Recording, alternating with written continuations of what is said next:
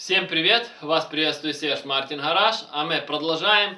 Мы продолжаем ряд видео по вопросам подписчиков. И очень часто мне задают вопрос и в комментариях, и вот так по телефону там люди спрашивают, то есть почему происходит стук на переднеприводных вазах, когда трогаешься. То есть вот трогаешься и удар, стук. И в этих видео я расскажу, какие причины этого и как их решить для того, чтобы этого стука не было. Потому что этот стук может в один прекрасный момент так вылезти, что вы попадете на очень большие деньги и на очень сложный ремонт. А для начала я хочу напомнить, что я отвечаю на все ваши комментарии, именно в видео ответьте именно прямо сейчас. Напишите вопрос или тему, которая вас интересует, и я сниму на нее детальный, развернутый видеоответ, как вот, допустим, в данном случае. Также хочу сказать спасибо всем тем, кто ставит лайки, особенно тем, кто ставит лайк авансом. Ваши лайки очень важны для развития канала, и чем больше будет лайков, тем будет больше интересных познавательных видео для вас. Поэтому не ленитесь. Прямо сейчас ставьте лайк. И также отдельный респект и уважуха всем тем, кто организовал там в комментариях соревнования, потому кто первее поставит лайк. Присоединяйтесь к этим соревнованиям, ставите лайк и в комментариях сразу же пишите, какой вы по счету поставили лайк. Там 1, 5, 10, 100, 200. И я придумаю способ, как поощрить победителя этих соревнований. Отдельный вам респект и уважуха, красавчики. Итак, мы начинаем. Почему происходит стук на переднеприводных вазах при трогании? Дело в том, что я знаю, что многие с этой проблемой сталкиваются, ездят, трогается и трогаешься, такой стук и непонятный, и начинается там бегать по мастерам, одни говорят одно, другие третье, пятое, десятое, перебирают полмашины, а стук как происходил, так происходит. Вот даже на днях общался там с человеком, у него тоже такая была проблема. Все, там сцепление поменяли, коробку якобы всю перебрали, кучу денег, там бешеные суммы называть. Мне иногда там люди, когда называют, какие деньги берут за обычный ремонт, то я иногда просто в шоке. То есть там за какую-то там головку просто перебрать, отремонтировать, или там коробку перебрать. Такие бешеные ценники, что ну, это обычный ремонт, это не какая-то там доработка в спорт, ну, это отдельная, конечно, история. Все равно у него стук происходит, и он не знает почему. То есть, дело в том, что если у вас есть отчетливый стук, вот такой вы трогаетесь, то есть, это в основном две причины. Это внутренние гранаты или палец сателлита в дифференциале.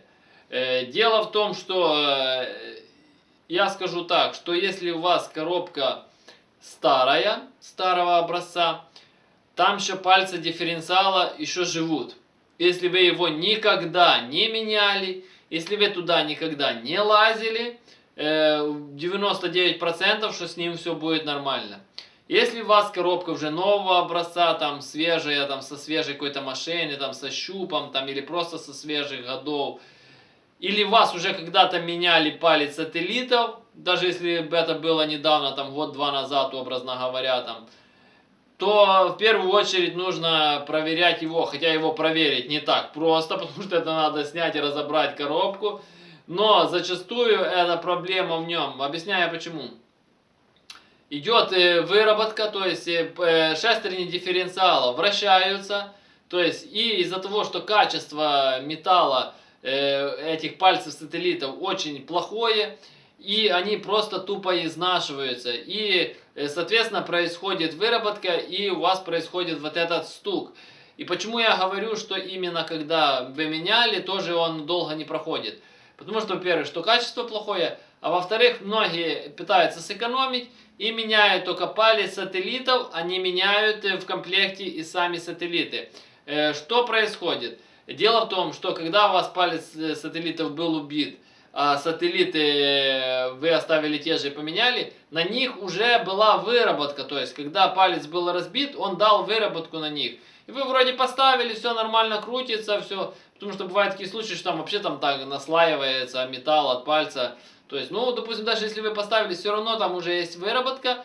и та выработка на шестернях дифференциала, она просто съест этот палец в ближайшее время, то есть, и вы опять появится этот стук, и вы опять будете разбирать, попадете на съем коробки, потому что, почему с одной стороны берут и там типа дорого за работу, потому что это надо снять коробку, кучу всего там открутить полморды, то есть коробку снять, коробку все разобрать, то есть это как бы понятно, ну, трудоемкий процесс, то есть и не так легко добраться до того пальца, то есть.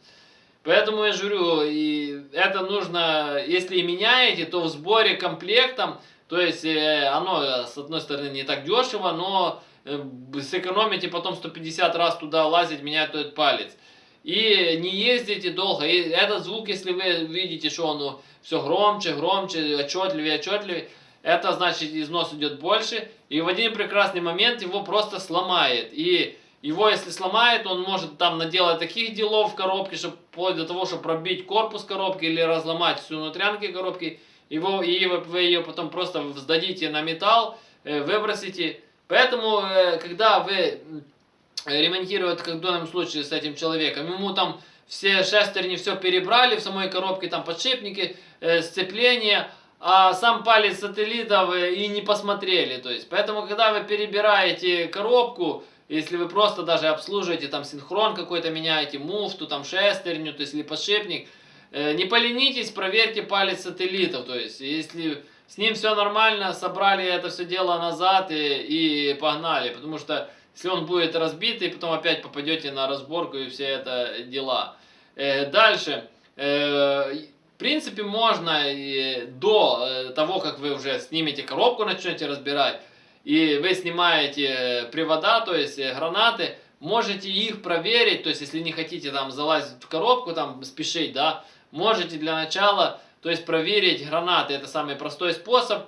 Сняли гранату, то есть на машине вы ее тяжело будет определить, не поленитесь, снимите привод, то есть покрутите гранатой, то есть если вот этот самый стук, то есть при вот так движении, то есть гранаты двигаете, то есть если она разбитая, сильно, не сильно, то есть если вы увидели, что там есть люфт, достаточно как на ваше усмотрение, что она разбита, меняете ее на новую, ставите и едете, и если этот стук повторяется, ну, как бы не исчез полностью, да, то опять же это проблема пальца сателлитов. Чтоб стучало сцепление, такое тоже бывает.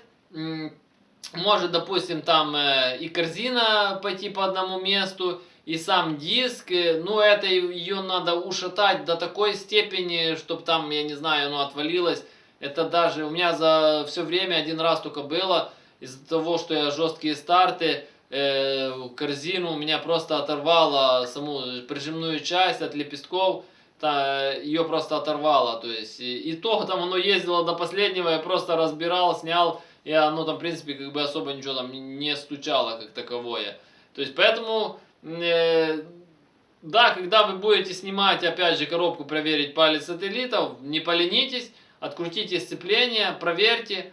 Также еще такой может быть момент откручивания маховика. То есть, маховик обязательно нужно, чтобы плоскости маховика и на коленвалу были отчетливые, то есть ровные, прошлифованные, хорошо прижимать хорошими болтами.